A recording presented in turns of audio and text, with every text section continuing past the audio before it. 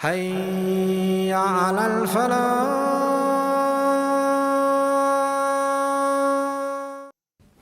Assalamu alaikum. I wanted to take this session and talk to you guys about alcohol consumption, beer, wine, whatever form of liquor. And I wanted to dispel some common misconceptions that Muslims have about what the Quran says about alcohol. The ayah I'll begin with is an ayah that belongs to Surah Al-Baqarah. Allah Azza wa Jal says in this ayah, يَسْأَلُونَكَ عَنِ الْخَمْرِ وَالْمَيْسِرِ. They ask you about wine and gambling. قُلْ فِيهِمَا إِثْمٌ كَبِيرٌ وَمَنَافِعُ لِلنَّاسِ. Tell them, in them there is great sin and there are some benefits for people. وَإِثْمُهُمَا أَكْبَرُ مِنْ نَفْعِهِمَا. And their sin is greater than their benefit. وَيَسْأَلُونَكَ مَاذَا يُنْفِقُونَ قُلِ الْعَفْوَ. And they additionally ask you, what should we spend? And tell them whatever you can. Whatever is beyond your immediate means, whatever you need to fulfill your means, you should spend. كَذَلِكَ يُبَيِّنُ اللَّهُ لَكُمُ الْآيَاتِ لَعَلَّكُمْ تَتَفَكَّرُونَ. That is how Allah clarifies His miraculous signs for all of you, so that you may engage in deep thought. The ayah ends asking us to engage in deep thought about what has just been said. So, common misconceptions, at least a couple. The first of them is, Quran talks about wine, it doesn't talk about beer. I've actually had conversations about folks about this stuff. The word khamar in Arabic, which is the word in question, yes, it was commonly referring to wine. But actually khamara in Arabic means to overshadow, to cover. And any intoxicant that has the opportunity, not that it does, but it has the potential of, overshadowing your thought process, of making you drunk, or not allowing you to think clearly, whether it's drugs or alcohol, can fall under khamar. They can fall under that one item. Linguistically speaking. Actually from it we get the word khimar, which is another word for the hijab, common word we use, hijab, the headgear. The Quran's term for that is the khimar. Anyhow, that's one misconception. Another is that the Quran actually did not forbid, it just said its harm is greater than its benefit. But it also has benefits for people. And we just read the ayah and it says that. But there's a slight misrepresentation here. Allah Azza wa Jal did not say its harms are greater than its benefits. He said, وَإِثْمُهُمَا أَكْبَرُ مِنْ نَفْعِهِمَا. Not وَضَرُّهُمَا. He didn't say its harms are greater than its benefits. He said its sins outshadow, overdo its benefits. They outcast its benefits. In other words, sin and benefit is being compared, not harm and benefit. And so Allah says, even if there are benefits for people, that doesn't get rid of the sin. Ithm. Ithm literally is a spiritual issue. It's a spiritual problem. So Allah Azza wa Jal tells us about alcohol being a spiritual concern, a spiritual problem. And alongside it, He put two things together, which are alcohol and gambling. He put both of those things together. Later on, He says, رِجْسٌ مِّنْ عَمَلِ الشَّيْطَانِ. Describing these things, He said these are abominations from the work of the devil. These are satanic things.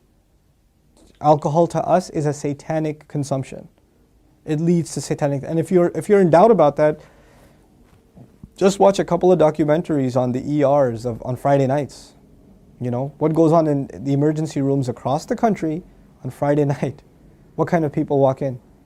What kind of crimes are committed as a result of alcohol? What happens to neighborhoods that have liquor stores open up in them? What happens to the counties in America that were dry counties where there was no alcohol served, and then by some ordinance, and some lobby group that came in because they wanted to sell their liquor item, it's a multi-billion-dollar industry, they opened up. What happened to the crime rate? The assault rate, the domestic violence rate in those communities. It isn't just sinful, it gives birth to sin. It's like this, festering of diseases. Like you have standing water and it's like a source for, bacteria to spread and diseases to spread. It's like that. That's what alcohol does to a community. It destroys communities. It destroys individuals, it destroys families, and it destroys entire communities. وَإِثْمُهُمَا أَكْبَرُ مِنْ نَفْعِهِمَا. Our deen stands completely against alcohol consumption, completely against it. And we don't just call it a dietary restriction, it is a societal evil. That's what we call it. That's what we consider it. And we have to think of it like that. And Allah Azza wa Jal Allah in His wisdom knew that the people that consume alcohol, it's not easy to quit. It's not easy to kick the bucket and just, I'm done, cold turkey. It doesn't work like that. So first Allah said its sin is greater than its benefit. but it wasn't directly clear enough that it's haram, legally haram. Okay, it's sinful, but how bad can it be? Then Allah gave a further warning, وَلَا تَقْرَبُوا الصَّلَاةَ وَأَنْتُمْ سُكَارَى. Don't you drink alcohol, don't be drunk while you come and pray, because you won't know what you're saying, حَتَّى تَعْلَمُوا مَا تَقُولُونَ, until you know what you're saying. So now we pray 5 times a day, and the Sahaba used to pray night vigil prayers. So basically their schedule is so tight with prayer, so filled with prayer, they can't even consume alcohol anymore. And if that hint isn't enough, Allah says, هَلْ أَنْتُمْ مُنْتَهُونَ in Surah Al-Ma'idah. Are you going to stop or what? That's it. Done. No more alcohol consumption for you. So it was a final verdict given on the issue. But its evil and its sinfulness was already described earlier on. So it's not a debate really. Not in the Quranic sense. It's not. And it's not something that we can endorse. Some of you, because of whatever, when you really want to do something, you find religious excuses. So you tell, well, Quran doesn't really directly say that. It's okay. And you are hiding your personal, addiction and your personal desire to consume it. You're hiding it with a facade of religious excuses. Don't cheap the religion like that. Don't sell the religion like that. What you're doing is wrong. At least be honest enough to yourself to say, I'm doing this because I want to, not because the religion allowed it. You're just using the religion as an excuse for your behavior, trying to justify your behavior. That's an additional crime to the consumption of alcohol. Now you're lying against the religion. Now you're misrepresenting the religion. وَمَنْ أَظْلَمُ مِمَّنِ افْتَرَى عَلَى اللَّهِ كَذِبًا. Who could be a worse wrongdoer than someone who makes up lies against Allah? Don't engage yourself in that crime. Your first step is to accept that you've got a problem. You've got a problem, and that the religion does not sanction it. And then, inshallah ta'ala, seek help. And there's no harm in us seeking help from, even non-Muslim sources, counseling groups, therapy groups, etc. If there are professionals that can help you with your problem, seek that help out. We're not above seeking, I don't need anybody's help. I don't need any counseling.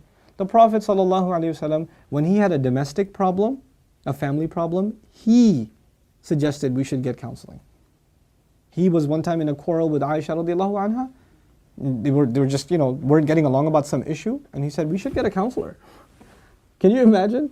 The messenger, the counselor to the whole world, telling his wife, we should get a counselor. And she said, who should we get? And he said, Zubayr. He said, no. When he said Zubayr, she said, no, he loves you too much. We need to get a neutral party. But they actually had this conversation. Eventually they got Abu Bakr. It's a beautiful story. But they sought counseling. Seek counseling. But you won't until you admit that you have a problem. You deal with your problem, and don't use the religion as an excuse to continue with this sinful and heinous act. May Allah Azza wa Jal cleanse all of us of all of our addictions, including this poisonous addiction of alcohol. And may Allah make the Muslims a source of educating the world of the harms and the evil of alcohol, and rid the world of this horrible, horrible evil. Barakallahu li wa lakum. Wassalamu alaikum. Quran Weekly. Assalamu alaikum. Quran Weekly. The Prophet ﷺ told us, Ad-dallu ala al-khayr kafa'ilihi.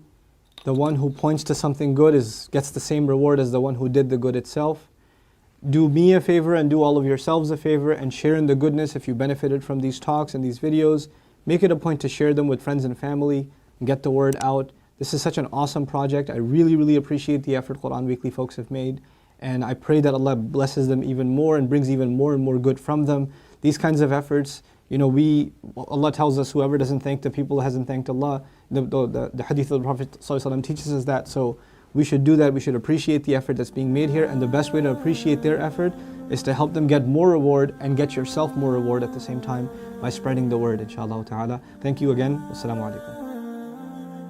Assalamu alaikum wa rahmatullah. If you enjoyed this video, please do share it with friends and family. If you want to see more videos from this series, click on the box at the top. If you want to see other videos, click on the box at the bottom. And don't forget to hit the subscribe button. Thanks.